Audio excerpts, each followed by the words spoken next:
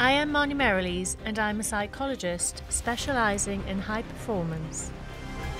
My guest today is Mick Terrell. Mick Terrell is the world champion in heavyweight bare-knuckle boxing. In today's podcast, we are going to be discussing mental toughness and what it takes to be a world champion. Mick shares with us why he eats cherry pie before a big fight and the importance of accepting worst-case scenario as part of his mental preparation. Mick reveals how he copes with injury and setbacks and describes in detail his physical and mental preparation. It's a discussion that I'm sure everyone, whether you're a fan of bare-knuckle boxing or not, will find interesting and informative, especially with regards to the mental preparation leading up to a fight and the dedication and hard work required to become a world champion. Before we begin, I'd like to emphasise the reason for this podcast is my passion in performance psychology and the sharing of information with the general public about the benefits of performance psychology and performance psychology tools. Mick Terrell is the current world champion heavyweight bare-knuckle boxer. Mick faced Arnold Adams in the rematch for the vacant BKFC Heavyweight Championship on December the 2nd, 2023 at BKFC 56. He won by fourth round knockout and became the new world champion heavyweight bare-knuckle boxer. Mick's professional bare-knuckle record shows in 10 matches he had 9 wins and 1 loss. In his personal life, Mick lives in North Shields, England, and is married to Carmen Terrell and is father of 3 children and is soon to become a granddad. So Mick, you've got an important fight coming up in a couple of weeks' time. Do you want to tell those listening and watching about it? Yeah, well, I'll be fighting over in LA, downtown LA. It's against Lorenzo Hunt. He's a 2-weight champion, middleweight and cruiserweight. He's coming up to heavyweight. He's very good, very explosive. Obviously, he's wanting to take the title off me, and he's hoping to be the 3 times champion. So it'll be a hard fight. I think I'll be able to overcome him. So how did you get into bare-knuckle boxing? It was an accident, really. Obviously, I was a kickboxer and a Thai boxer originally. There was a person called Cowboys Michael Quinn, Irish fella. I don't know if you've seen the documentary on what's it called? Netflix. And anyways, it's called Knuckle. There's a family called Quinn McDonoughs. So anyways, he's one of them, Michael Cowboys Quinn. So he was looking for an opponent because his opponent had pulled out. And I took the fight on a week's notice, and that's how I got in. Oh, interesting. I didn't know that. It was a hard fight. He dropped us in the first round. I still can't remember the whole fight. But he dropped us. I got up and I ended up beating him. Oh, wow. Well done. I can't remember it. I still can't remember it now. So how did you get to the level that you are now, like world champion? Well, I was already fighting at quite a high level, and anyways, in the kickboxing. I've always just been disciplined with my training. So I train non-stop. Like I'm 40 now, still training like 4-5 hours a day. That's my hobby, if it's your hobby, I just kept going, and obviously I don't drink, don't smoke, don't take drugs, so I just prevailed through. So there's a lot of younger lads, younger than me, that are starting to retire, and my body's able to keep going. Yeah. So what would you say your strengths are? I've got good determination, good stamina, and I like fighting. I think that's it. Yeah, it's a key thing, isn't it, when you enjoy something that you do? It's a funny thing, because when you're in the gym, I hate training. There's a treadmill there for, honestly, it's like I'm contemplating life every day when I go on the treadmill. But I run every day regardless. And I honestly hate running. But I know I've got to do that for the fight, and I love fighting. If I could take a magic pill and get really fit, I would take a magic pill. Unfortunately, I can't, so I've got to spend hours and hours and hours just for them 10 minutes. So what are some of the high points of your career? Obviously, when you're winning, it's great. There's no better feeling when you win a fight. It's you're out there and you're fighting another individual equally trained. So when you do win, it's a great accomplishment, especially when you're winning world titles. I've won lots of world titles, but like that last one was something special. It's a big production. It's a big show. Like I've already won 3 world titles in bare knuckle, but that one was bigger. You know, it was better. It was on a massive stage, and it was in America against an American.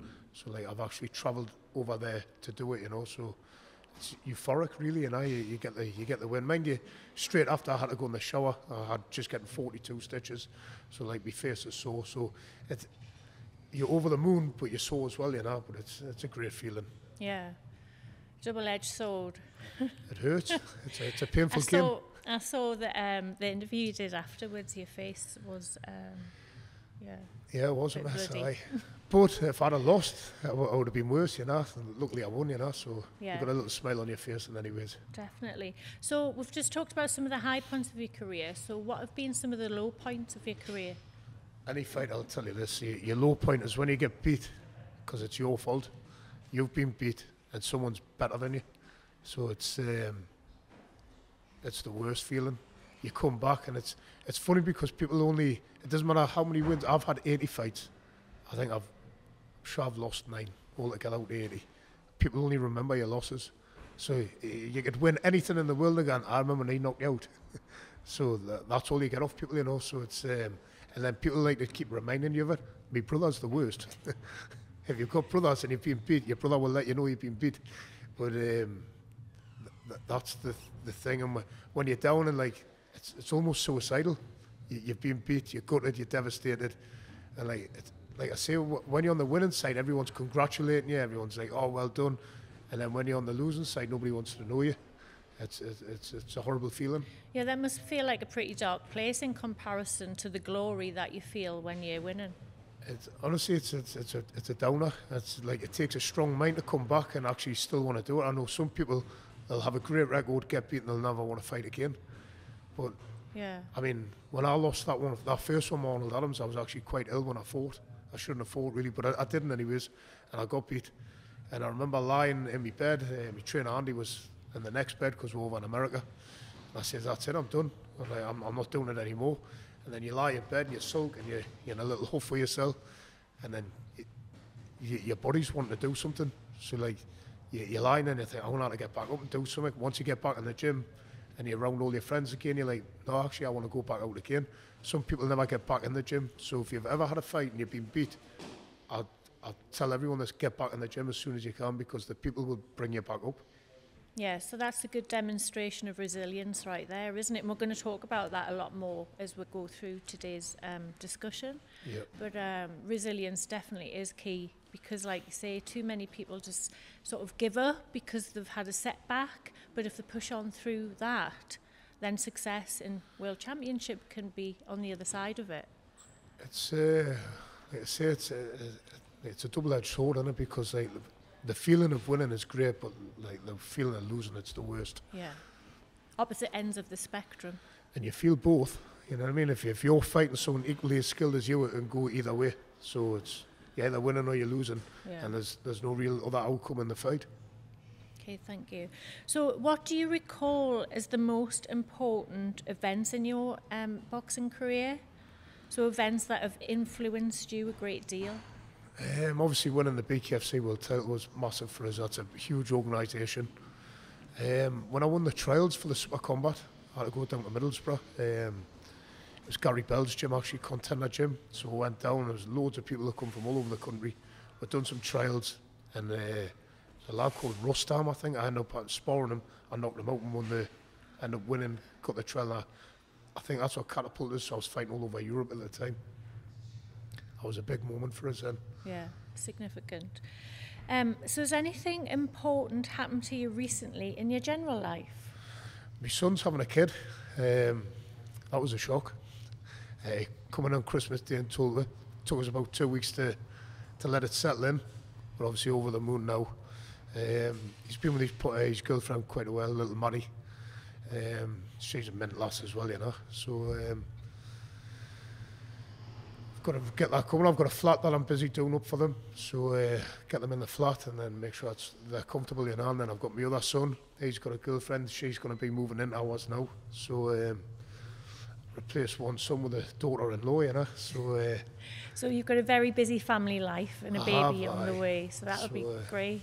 But nowadays, family's good, I like family, so... It's funny now, though, because the kids are different when we were younger. When we were younger, like, you would talk to your parents. All I get off my kids now is what's for tea. You know what I mean? So it doesn't matter what happens, you come down, what's for tea? When's tea ready? Is there any toilet roll? My kids shite for fun, so they've just gone through bog roll like you never know what. I can't remember. Yeah, my son that's pretty much like what he was like. He always just what's for tea and then go and hide in their bedroom, don't they? And you don't see them. Back in my day, you played out. Now, if you tell your kid to play out, it's a punishment. They want to be in on the computers, it's crazy. So what were your goals when you first started your sport? Nothing. I had no goals. I used to play football. And I'd done a rewire for a lad called Graham Kelso. He had a flat 2 rows up from mine, and he was a boxer. And as I was talking to him, he says, you should give it a go. And he took us up to Barry Norman's gym, and that's where my boxing career started. And to be fair, I just went for fitness and to learn something. And then it was strange because I thought I'd done something wrong. And Barry used to take us off to one side, and I had to just kick the bag. So I'd do 200 kicks a leg. And I was thinking at the time, have I done something wrong? It's like everybody else is doing that. But I think what it was, I kicked hard. And his daughter Vicky, just take him over there, he can kick hard, make sure he kicks. And then within a year, he gives a fight. I ended up getting a fight. But I ended up having to lose a lot of weight for that fight. And I went into Barry's gym around about 16 off 17 stone. And Barry got us a fight at 13 stone. So I looked like Freddie Mercury when he was dying of AIDS. Wow, that's quite a significant weight loss, isn't it? It was. Back in the day, I used to have 4 chicken breasts a day. One of them I used to eat my broccoli raw. Andy's over there trying to get Andy to eat broccoli raw once. He didn't enjoy it. So I'd have chicken breast with a bit of broccoli, and then when I was going to the gym on the night time, I'd have a small sweet potato, and that's what I had every day. And then for a treat, I used to cut up carrots and leave them in water, because carrots are quite sweet. And I used to eat a carrot before the gym, and that was my treat. That's discipline for you, isn't it? It was horrible. So what are your present goals? Present goals, it's funny enough, I'm 40 now, 41 shortly. Just want to keep winning. People say, how long you got left? And I says, well, till your body gives up.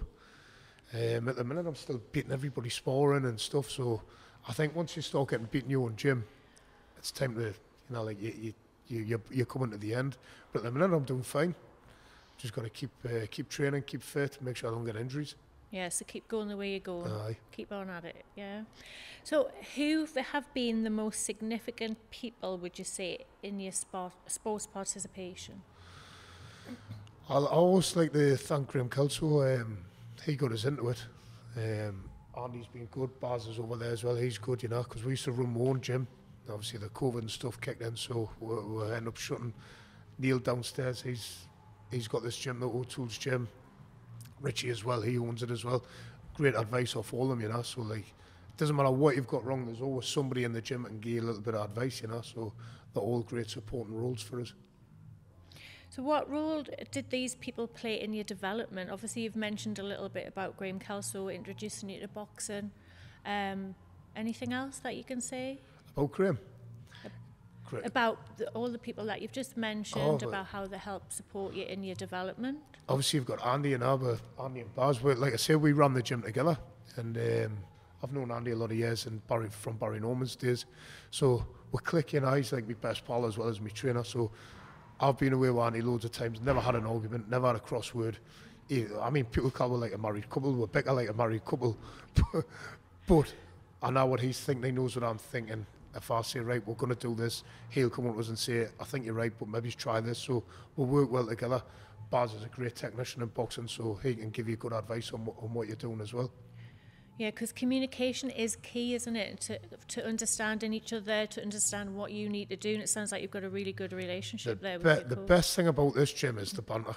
And I think everybody needs it. If you go to a gym, there's no banter, there's no atmosphere. In this gym, everyone rips the piss out of everyone. Nobody's gets out of it. It's like you're in there, you could do something wrong, and that's it. You get griefed out. We've got a group chat. I think my name in the group chat's called Tits now. They say I've got fat tits, so that's my name in the group chat. But that's the way we are. Everything's a piss take, everything. And I think it makes, when you come to the gym's hard. It's horrible. But you know, when you got people ripping the piss out of you all the time, it keeps you going, you know. It's like a laugh. Yeah, so it's boys banter as well, isn't it? It's It not is, just aye. a place where you train and work hard, you have a fun together with It's a people who are playground. supportive. That's what my last called it, the playground. So how satisfied? It sounds like you are happy with the support that you get from those around you. So in terms of family, friends and coaches, do you have a very good, it sounds like you have a very good support network. I do, obviously, like, a lot of it's back home as well, you know. My wife is absolutely sound, you know. So, like, a lot of people, you know, that come to the gym, their wife's giving it that. You kind of, I'm sick of doing this, you're at the gym too much. My wife is just basically, go on, do what you've got to do. And then when I go back, I mean, she tells us off, I'm on my phone a lot at the minute. But when I go back, I try to give good quality family time as well, you know.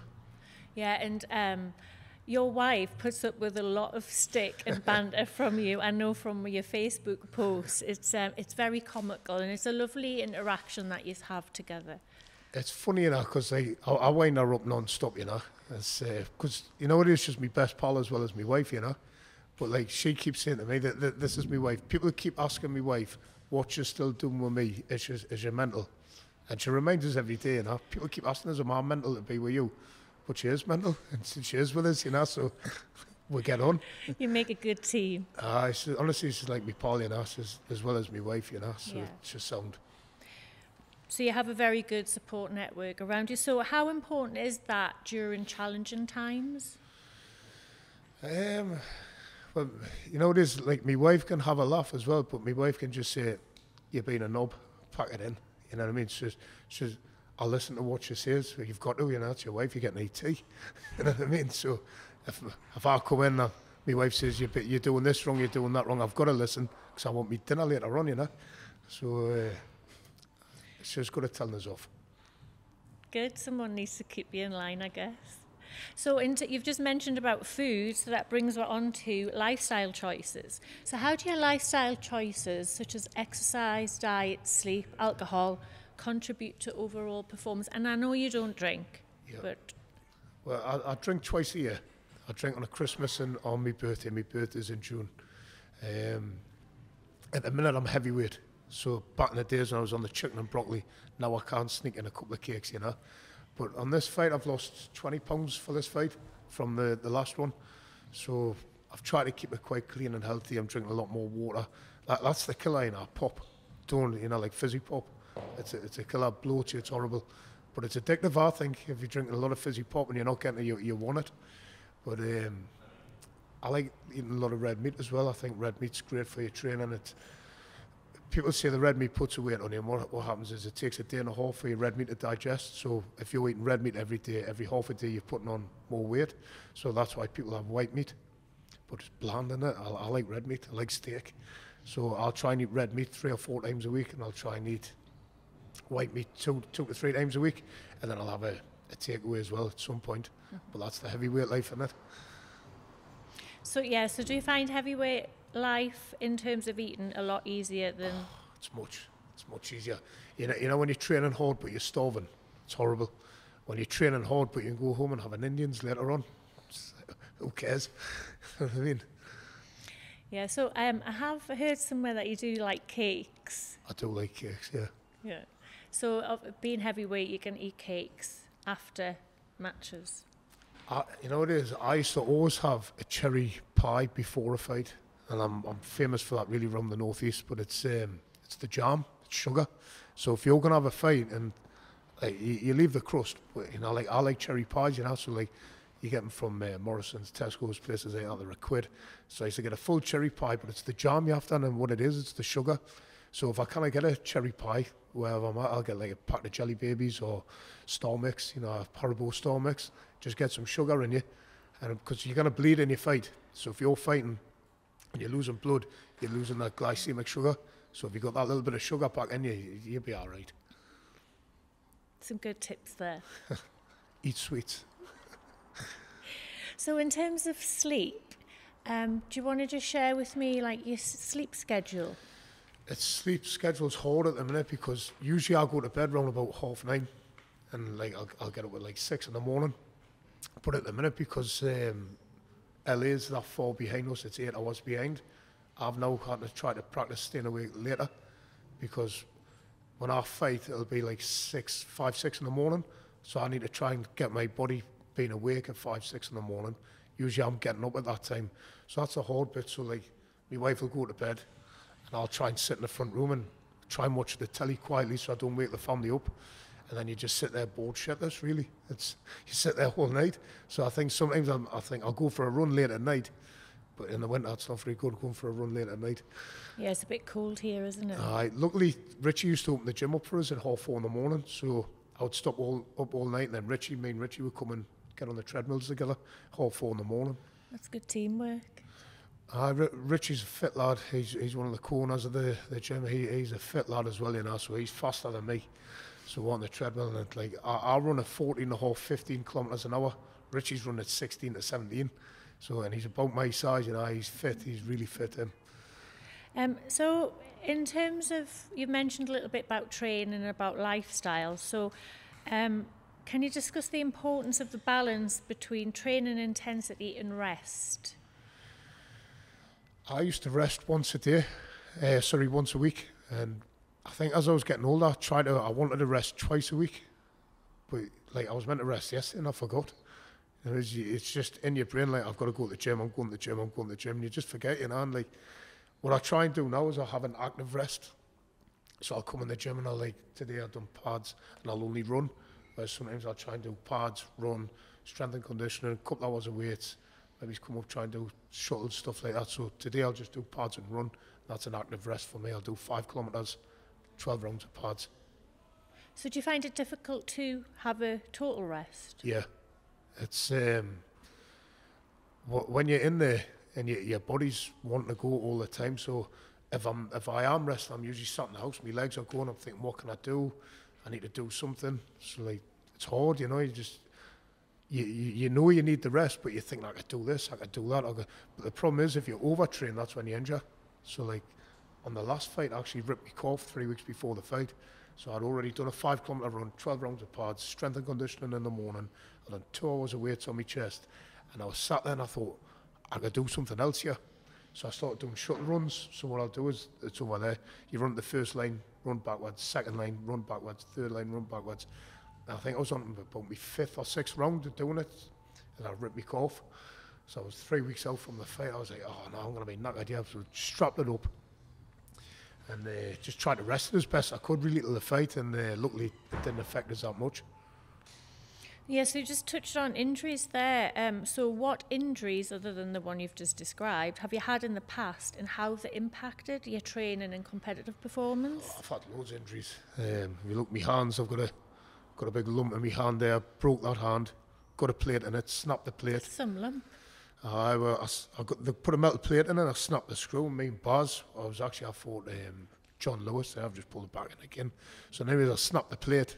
Me and Baz were in the changing room, we pulled it back. So it was sort of half in line. I went to the hospital, they've x-rayed it. He says I've done an alright job of it. So he's just going to leave it at that, you know. So broke that one. I keep breaking it's punching wrong, you know. I should punch with them too. Broke them, but I broke that. I've got a lump on there. Broke that one. Tore my IT band, break my jaw nearly every fight. So it's just one of them. You're getting punched in the face of a 19-stone man. It hurts, you know. So it's funny. You've got to get your mindset into the fight. So like I'm usually it's 2 or 3 weeks before I start getting nervous. Like on that last fight, we went to a fight show at BKFC in Leeds. I'll come up the show and one of the lads, he had a hematoma on his head about that big. It was massive. And I'm looking at him thinking, that's me next week. You know what I mean? So like, usually what I'll do is I'll sit in the house and I'll think, I'm going to break my jaw. I'm going to break my hand. I'm going to get cut to bits. And then you just sort of sit there and you visualise it's going to happen, it's going to happen. And like, I'm a realist. If I go outside and it's raining, I'm going to get wet. If I play boxing, I'm going to break my jaw. I'm going to get stitches. I'm going to break my hand. So once you come to terms with it, once you get into the fight, it takes all the nerves away. You're like, I know it's going to happen, and if it doesn't happen, it's a bonus. Yeah, that's one good way of looking at it, I guess, isn't it? So how do you manage stress outside of the ring, and how does it impact your performance in the ring? Because obviously you've talked about how you manage the stress of thinking that you're going to get injured. So how do you manage like day-to-day stress? I'm lucky I don't really get that stressed. even with the you know, you're saying it's stress of the thing, it's not just accepting what's going to happen. It's not a stress. I think once you accept what's going to happen to you, it's easier. You know, I think that's going to happen, and if something better happens, it's a bonus. Yeah, that's a good way of looking at it. Rather than worrying about what may or may not happen, you've accepted something will happen along these lines. Look for the worst. If anything better happens, you're in.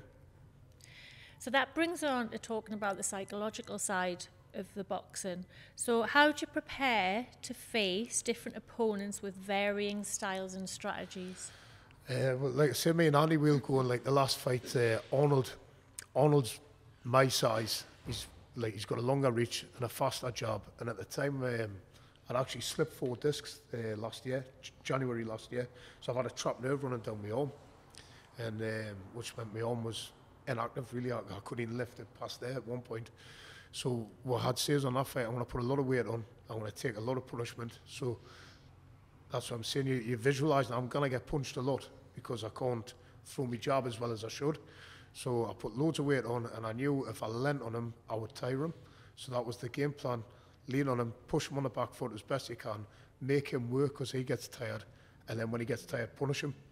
On this fight, to be honest, I thought I was going to be fighting Ben Rothwell. He's a bigger unit, so I thought I'd get littler and faster. It turns out it's Lorenzo. Lorenzo's small and fast as well, himself. So we've been working a lot of power shots, although I've lost weight. I'm punching a lot harder than what I ever have. That's good. So you just have to adapt your style and your training regime to match the opponent. Usually if you're fighting a big person, you want to be littler and faster. If you're fighting a little fast person, you want to be bigger and heavy. So I'm lucky I usually fight on the back foot, and I was never a heavyweight, so I was always concerned about going forward because I thought, am I punching hard enough? And over the past few fights, I've realised when I go forward, I knock people out. So I think I've realised I can knock you out. So if I do go on the front foot, I'll be all right. And if it goes bad for us, I'm better on the back foot anyways. So your next fight is in LA. So you mentioned a little bit before about preparing when you're fighting in different time zones. So how do you actually prepare for a different time zone? You stop up all night. that's the only thing you can do. It's like I say, normally I'll go to bed at 9, get up at 5 or 6. Now I've got to go to bed, like at the minute I'm trying to go to bed 3, 4 in the morning, and then I get up later, which means I come to the gym later. And then eventually what will end up happening is I'll start going to bed at like 7, 8 o'clock in the morning, which means I get back in the gym for 5, 6 in the morning, get a circuit out, go to sleep during the day, come back in the evening. So you're going to end up splitting your training into 2 sessions because you want to train roughly when you're fighting, which is going to be 5 or 6 in the morning, go back to sleep, come back, do more training later in the evening when you woke back up. And when you go to LA, how much time are you going to go before the actual fight? Usually it's about 4 to 5 days, I think they give you. I mean, the last time we were in Salt Lake City, and we still hadn't gotten totally adjusted at the time. So what we done is we sat in the pool till 11 o'clock every night in the hotel, and I thought if I fall asleep, I'll drown. So I've got to stay awake, you know what I mean? So just sat in that pool all night, and then like my eyes were stinging, but I stayed awake till 12 o'clock, you know, like, so by the time I went back to my room, got showered, it was midnight, so I thought I'm ready for the fight, I can stay awake. Yeah. So these are all extra things that stress your body, aren't they, and affect your training regime, but it sounds like you cope with them really well. You've got to have a plan. I think, like I say, I plan everything, so if I've planned it and that's the worst thing that could happen, anything else is a bonus. Yeah, that's good. So when you went to Salt Lake, you mentioned about altitude. Yeah. So how did you train for that? To be honest, you know, I bought altitude mask and everybody was saying they don't really work, and they don't. So I bought this mask. I was training with a mask on, and basically what it does, it cuts off your air. And you get a little flap in it, and you adjust it to whatever, and you get no oxygen. And when you get it, there was nothing to do with oxygen. It's like, you're that high up. What happened was, it'd be something to do with oxygen, but your body just stops. It stops working. So we went shopping. It was higher up the game from where we're stopping, and you feel faint. So like your body starts going limp and faint, and like, I don't know if it's because I was bigger and heavier than the lads I had with us. I think I was feeling it quicker. So we went over there, and usually on the last week you don't do any training. But we took pads over, and I says, I want to do pads, see what it's like. So we're hitting pads, and like I say, the banter we've got in the gym, if you've got any sort of injury, we call it softitis. So I didn't want to say it, I'm feeling this altitude. So Andy's doing the pads, and I can feel like I'm getting tired quicker than normally because I'm not getting oxygen through my body. So now as I'm hitting pads, and I remember Andy started holding a few wrong combinations, so he might say double jab right hand, and as I'm trying to throw it, he's holding a left hook. So I was thinking, hey, what's going on? He went, are you feeling this? And I went, are you feeling it? And he went, I'm feeling it. I said, well, if you're feeling it, I'm feeling it, because he's admitted he's soft before me. You know what I mean? So that's the sort of banter we'll have. Yeah, so did you feel like it slowed you down? Yeah, because it's horrible that you don't realise until you start exerting your body. So like, let's say you run up the stairs. I don't know, did you ever get COVID? Yeah, I had Felt like COVID. You know, like you try to run up the stairs and your body fatigues. That's what it felt like. It just felt like you just zapped energy. So we just talked a little bit about preparation and how you prepare for a fight. So how do you prepare yourself mentally for a big fight? So like what are your thoughts and feelings that are going on? I think to prepare yourself properly for a big fight, first of all, you need to be fit. So if you know you're fit, you're halfway there, you know. Because I'll see a lot of people pretend they're fit, and they pretend that they've done the runs, they pretend that they've done the training, and then you see them in the changing rooms and they're cacking their pants, you know, they're thinking, shit, I'm going to get filled in. Because that's the problem with this game, especially at the stage I'm at, everyone's watching. So if you haven't trained and you haven't prepared, you're all going to get beat up, and the whole world's going to watch you get beat up. So you've got to make sure you're all fit and you're all prepared. So that's the main thing, make sure you're fit. Secondly, is like you say, when you're mentally getting there, it's like, have the game plan, know your game plan. So me and Andy will have a game plan. I'll say, right, this is what we want to do, and then we'll make sure we drill that, and it becomes second nature.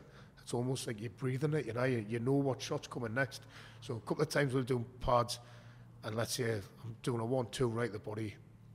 I know for a fact Andy's he hasn't said he's going to do it, but I know the pad's coming then, I'm throwing a left hook because I know what's coming next. So you're mentally prepared for what's coming next. And I think, like I say, if you've got the game plan down and you're fit, you're sound. It sounds like you've got a very good preparation there going on in what you identified as a lot of people in the changing room who are out of breath. A lot of people don't prepare properly, and that's what lets them down. But it sounds like you do cover all bases. Like you say, you've got to, because if you don't, everyone's watched you. You get discovered. You're like, he hasn't trained. He's not fit. You know what I mean? I would hate it. But it's horrible because I think my first 8 or 9 fights, I just knocked everybody out straight away. And then I remember I thought, I don't have to train. So I had the next fight, and I was a good kid. So now I've had the fight, and then I struggled. I won the fight, but it was a struggle, and I thought I wasn't fit. And it's a horrible feeling when you go in there, and it's a lonely, lonely place. You know, even if someone's got a faster pace than you, but if you're not fit, and then you've steamed out on the kid, you've hit him with loads of shots, and then he hasn't fell over, and you're thinking, shit, how am I going to get beat up here? And I'm that tired, I can barely keep my hands up. So it's a lonely, lonely place if it goes wrong. So I just don't want to be that person that's getting filled in when I'm tired, because you're getting knocked out. Especially in bare knuckle heavyweight, you're getting put to sleep. Yeah, like you've identified, it's an individual sport, and it's you there alone in the ring with your opponent. There's no one coming to help you. There's no one coming to save you. You've got to dig real deep. It's the running. Nobody can make you run. Like, I'll run in, just so they know I'm running. I mean, you can run outside if you want. Also, I'm 40 now. If I get injured, I can jump off and go straight home. I don't want to be running around Tynemouth and then I have to get a taxi back home. So what I do is I'll run here. But the reason why I do it is so the lads know I'm running. Because usually the lads, when they train you, they're doing the pad work for you. They know you've done the pad work. You look sharp on the pads. But it's very different when you're getting hit back. Anybody can look good on the pads. But as soon as someone punches you in your face, you'll see the energy drain out of them. And if you haven't done the road work, you can see, because you delay things. You know, when you're not fit, you might see a shot. You think, I'll land that shot, but if I throw it, I might tire myself out and I'll get hit back. And you see them hesitating. I'm not throwing that shot because I'm not fit enough. And like, when you're fit enough, you can throw any shot you want. And I don't know, I think you see things better because you're fitter. You're not, when you're sweating and you're knackered, you cannot see the shots. You're tired. When you're all fit and you're all ready, you can see everything. You're aware of everything. Yeah, you're sharper. Yeah. So do you actually have a pre-performance routine? I go to sleep. So usually what I'll do is I like to hit pads. I like to go in early, and I like to hit pads as hard as I can. So I'll put every bit of ounce of power I've got in every. And it's probably not even technically right. I want to hit it as hard as I can. Of getting that little bit of aggression out, because I think it's wrong to go into a fight full of aggression. because I think you make mistakes when you're too aggressive. So I get all my aggression out, I get a good sweat on, I'll go to sleep, I wake up, I do some light pads, and then that's it, I'm out. And how long did it take you to refine that routine? I haven't had, like, you find things, because like I've had a lot of fights now, so like, you'll start off and you, like, some coaches will make you do pads right up to your fight, and then you think, I was knackered in that fight, and I think it was because I'd done the pads. So like, I'm not a stupid person, you know, I'm quite switched on, so I think I'll do my pads a little bit early, I'll get the second wind, and then sometimes you might do your pads too early, and then you're cold again when you get out, so you've got to make sure you just get the timing right. So I like to, like I say, hit the pads as hard as I can, get the sweat on, cool down, and then I do light pads to warm myself back up, and then I'm in. So it sounds like you've got good self-awareness of what works for you and what doesn't work for you, and you've seemed to have developed that over the years. I'm lucky in that, because I overthink the game. That's probably why I'm good at the game though, but like, if I'm sparring, I know, let's say I'm sparring, it could be in the third round, I've been caught with a shot, I know exactly where I was stood in the ring, why I moved there. So what I'll do is I'll go home and I'll overthink it, so I'll sit there and I'll go, I've been punched there because I stepped to me right, whereas really I should have stepped back and then stepped me left, come out the danger, come away. So I'll overthink what I've done there for about 4 or 5 hours, and I think I shouldn't have been there, I've been hit because I was there. Really, I should have done that. So when I come back, when I spar again, I'll make sure I don't step to the right. But it's funny, you know, when you're saying self-aware, it's like I know exactly where I am all the time in the ring. I know exactly where I should be, where I need to be. I know how to close somebody into a space. So I've been lucky that way. So you've got good spatial awareness there. And what you were just describing there essentially is a form of imagery. So when you're picturing yourself, and do you watch yourself again like you're looking at a video recorder when you're analysing I mean, when I'm sparring, no, I know it's in my mind, because you've been punched, you know what I mean, and it hurts. So like, if someone's punched me in the head, I think I don't want to be punched. So in how the head do you again. run through it though? Can you see yourself? Are you imagining? Are you just sort of? I don't know. I think I'm quite relaxed when I'm in there, so I'm that relaxed. I know exactly what's going on, and like I think as well, you know, back in the day we used to have like 2 or 3 pairs sparring in the ring at the same time, so you had to be aware who was over there, because if you're sparring, I don't want to go over there because I don't want to get kicked off somebody over there. And so I think I always just become aware of where I was. Where people are. But when you were saying, do you watch things back in my fights? Like I meant inside, or in terms of you when you're thinking about your fight. I'll just run it through my memory. Yeah, so it's like memory. A visual memory that you've got that you're running through. But it's different, you know, like when you fight, it's obviously recorded. So it doesn't matter if I've won a fight or lost a fight. I'll watch my fight every time, and what I'll do is I'll record every round, and I'll go through and I'll see how many shots I've landed. So I'm not even watching the fight. I just say, right, I've threw 25, 40 shots. I've landed 15 shots. So I'll write that down, and I'll go to my opponent and I'll count. So I'll go back the same round. I'll say, right, he's threw 30 shots, he's threw 15, and I'll go the next round. So I get all the numbers and I analyse it. Like that last one, when Arnold lands 25 shots around. So the game plan was get Arnold to throw 35 to 40 shots around. He'll tire quicker. So what I was doing was, like I say, watching Arnold's fights. On this fight, first round he throws 25 shots. Second round he throws 27 shots on an average. Third round he throws 30. If I can get him to throw more shots than that, he'll tire quicker. So that's what I do. I'll go around. I'll say, right, I need to get him. So that's what I'm saying. I've stood in Arnold's face, because when I'm there, Arnold thinks he's in danger. He's got to throw more shots at me. If I can get him to throw more than 30 shots, I'm on a winner. Yeah. No, yeah, so what you are describing there is you've been using imagery when you're rerunning it through your memory on what you were doing and your strategy. Yeah. And also when you're watching video recordings of yourself. And then it's very good what you've done, what you've just described there in terms of preparation, about thoroughly analysing your opponent and looking at how they perform. It's numbers. It's all numbers. It's like I like maths. I love maths, you know. So everything's numbers to me. If I can break it down, and it's percentages. So if I can get the percentage in my favour, I'm on a winner. So you just touched on there a little bit about how you evaluate your performance after a fight. Is there anything else that you do? Like I say, I never watch me fight to say how well I've done. I never go, oh, you done mint there. I watch it and I think I've been punched there. I moved that way. Should have done that. So it's exactly the same as what I do in the spawn when I'm doing it in my mind, apart from I get to see it. So I think I've been caught there because I've moved that way. I should have moved that way. So you come back the week later in the gym, once you're healed up, you're like, right, I'm going to have to start circling this way or move that way just to try and adjust so you don't get hit again. And then how do you refocus after setbacks before and during a fight? Like before the fight, you know, like you say, you get injured. So I ripped my calf. So that was it. Once you rip your calf, I stopped running. I went on the exercise bike. Or I break my hand. I might break my right hand during the preparation. That's it. You just do everything on your left hand. So what you do is you put a weight in your right hand. You don't hit the pad, but you throw it. So you still lift up the weight. So you're still training stuff. So unless you break both your legs and both your arms, you're knackered. But if I only break, I mean, when I fought that Steve Banks, I broke my foot. I got burgled. And then as I caught the burglar, I didn't have put them all away, I broke my foot. So I couldn't run for that fight. So everything's on the treadmill. On the exercise bike. So you've just got to work around different things. If that's injured, you work on that. If these are injured, you work on your running. Yeah, so that's like a really resilient mindset you're describing there, because often someone who maybe they'll have an injury and they can no longer do a particular exercise that they want to do will just say, oh, well, I'm not doing it now. Whereas you're very flexible, adaptable, you'll find a way of making it work. You've got to be fit. In this game, if you're not fit, you're really going to get hurt. So like I say, if my foot's injured, I know for a fact my upper body can work. If my upper body's sore, I know my legs can run. You've just got to be, the key to this game is fitness. Yeah, so you haven't got the advantage of playing as part of a team either. Whereas if you are injured, you can sort of hide behind your teammates to some degree. You don't get that.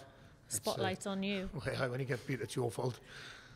So, and then in terms of staying focused on training and fights, how do you do that when life throws you a curveball?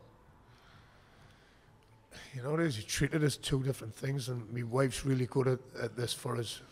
I've got to go to the gym at them times, so my wife knows I'm there at them times. So she'll leave us alone on them times, and when you come back, you deal with your personal life different. So it doesn't matter what, like my dad's busy, my dad's got cancer at the minute, so... Sorry to hear that. No, he's doing fine, to be honest. I think he's doing better than when he first went in. So when you're dealing with your dad outside the gym, but in the gym you've got to forget about your dad. It sounds horrible. It's a sport where you've got to focus on yourself. So when I'm in the gym for them hours, I focus on me. As soon as I come out, try and ring my dad, see how he's doing, go and see him. Same with my wife. Like my wife's got something wrong with her at the minute, so like she's back and forward to the hospital. So like once I've done with the gym, I'm straight back. I mean, every now and then she might phone us up once I had to leave the gym. Luckily, because usually my phone's on silent, I just heard it that day, rushed off the hospital. But if it's an emergency, obviously you go to your family. But usually you have your gym, you do your gym, get that out of the way, do your family. Yeah. Two separate lives. So you're very good at compartmentalising all these different elements which help it all work. Yeah. Okay. So what do you believe sets world champions and professional athletes apart from others? Determination. It's like I say, you know, when things are going wrong, you still go to the gym. If that's not working, your arm's not working, you train your leg. If your leg's not working, you train your hands. It's like you say, you've just got to be versatile, just keep going, just keep plugging away. Like you say, I know people, I've got a sniffle the day I'm not coming in. Stop being soft, get yourself in the gym. You know what I mean? Boxing is a game where anybody, I mean, it just proves that I'm from a council estate. Born in Shields, went to Shenmue, nothing there, absolutely nothing. As soon as I've come over, start boxing, I've went far because I've got determination, I can go far. And I started boxing late.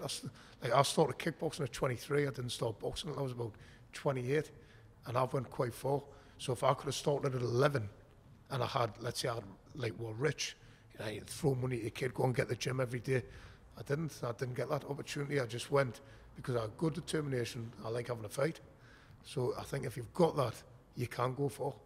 Yeah, and what you're describing there is essentially resilience and mental toughness. And there's something to be said by sort of not having it easy that helps develop mental toughness and resilience.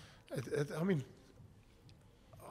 I would say I had a good upbringing, but like you say, like, you know, like outside of the house, you know, like I was saying back in our day, you used to play out. There was always older kids. You know, when you live on an estate, there's always a gang of older kids picking on the younger kids. So you're always into a scrape, you know. There was always something, you know, like, oh, you can't go there, that lad's going to fill you in. Them team there pinch your football off you.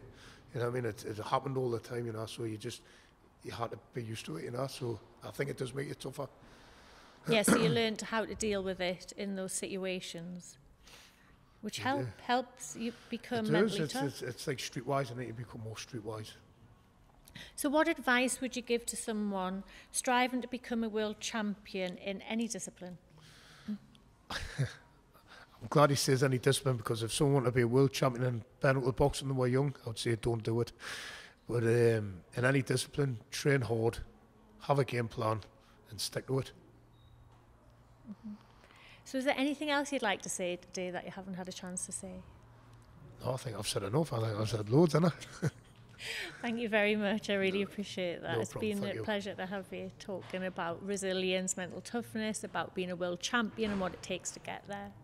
Oh, no problem. Thanks for having us. So would you just like to take this opportunity to thank your sponsors?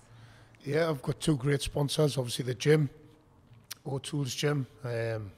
Honestly, I'd be lost without them.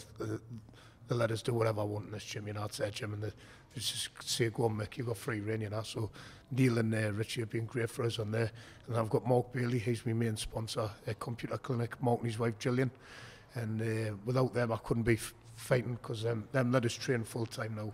So he's a great help to us. And you know what it is? He's a great help to loads of fighters. He helps everybody.